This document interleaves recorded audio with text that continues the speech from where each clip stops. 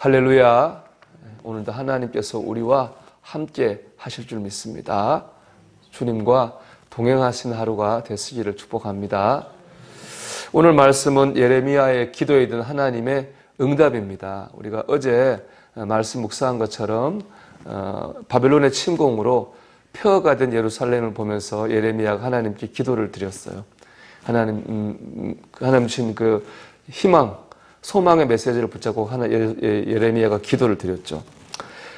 예레미야 기도는 하나님의 첫 번째 응답은 하나님은 창조주시고 전능하신 분이라는 그런 응답을 주셨습니다. 하나님께서 예레미야에게 하나님은 창조주시고 전능하신 분이라고 하는 것을 보게 하셨어요.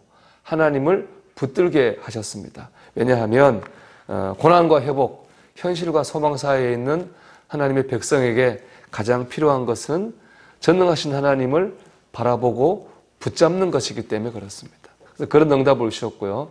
오늘 본문은 두 번째 기도 응답인데 그건 뭐냐면 하나님께서 때가 되면 이 모든 것을 다 회복시키시겠다는 거예요.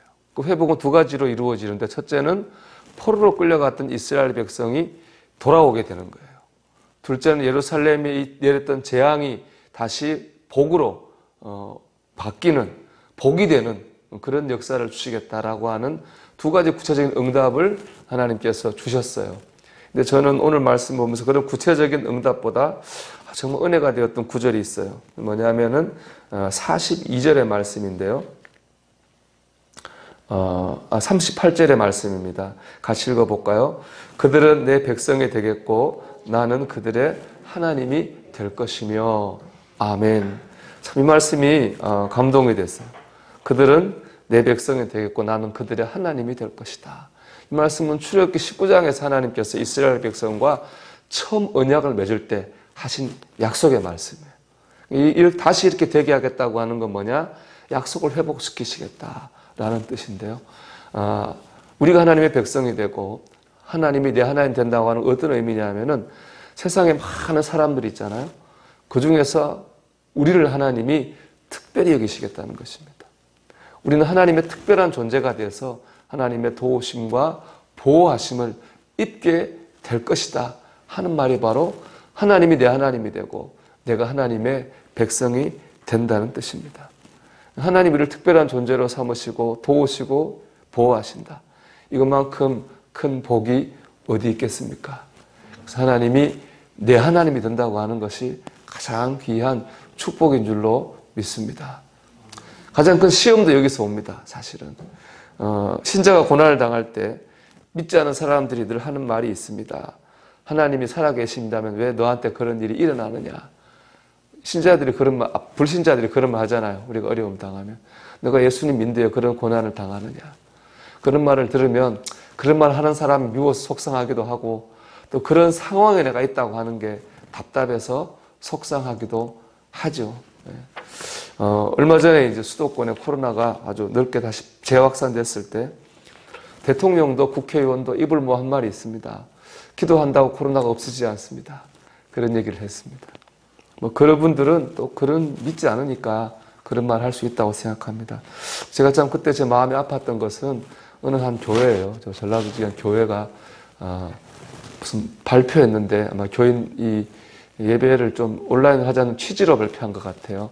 그러면서 하신 말씀이 모여서 기도한다고 코로나가 없어지지는 않습니다. 그런 거를 발표했어요. 취지는 알죠.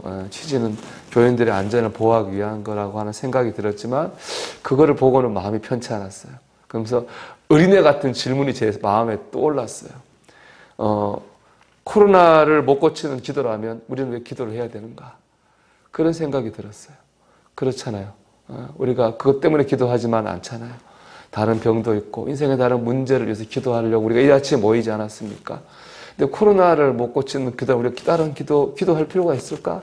그런 질문이 들었고 두 번째는 코로나도 못 고친 하나님이 과연 나를 죄에서 구원하실 수 있을까? 그런 생각도 질문이 들었어요. 그렇죠. 코로나는 사실은 암의 병, 작은 병이잖아요. 더구나 우리 죄 문제하고는 비교할 수 없는 문제인데 코로나를 못 고친 하나님이 나를 구원의 천국으로 인도하실 수 있나 그런 생각, 어린애 같지만 그런 생각이 들었어요. 저는 이렇게 믿고 있어요. 지금까지 하나님이 못 고치시는 게 아니라 안 고치신다고 믿고 있어요. 왜냐? 우리 이런 고난이 지금 우리에게 우리는 뜻을 다 알지 못하지만 고난이 필요하기 때문에 하나님의 고난 속에는요 하나님의 뜻이 있고 하나님의 의미가 있다고 저는 믿습니다. 이건 성경에도 나오는 얘기겠지만 제 삶의 경험, 얼마 되지 않은 제 삶의 경험 속에서 저는 그런 확신을 가지고 있습니다. 저는 늘 제 자신이 스스로 순탄한 삶을 살고 있다고 생각하고 있거든요. 그 사람들 만날 때마다 나는 참 목회도 순탄하게 하고 있다고 그렇게 얘기를 합니다. 이제 지난 며칠 전에도 그런 얘기 이제 만나서 할 일이 있었는데 제 아내가 당신이 무슨 순탄한 삶을 살았냐고 그렇게 얘기를 하더라고요.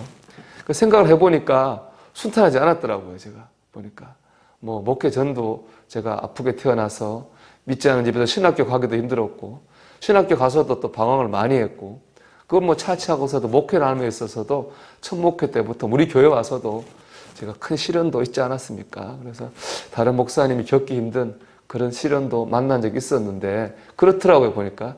근데 저는 늘 스스로 순탄하다고 생각했어요.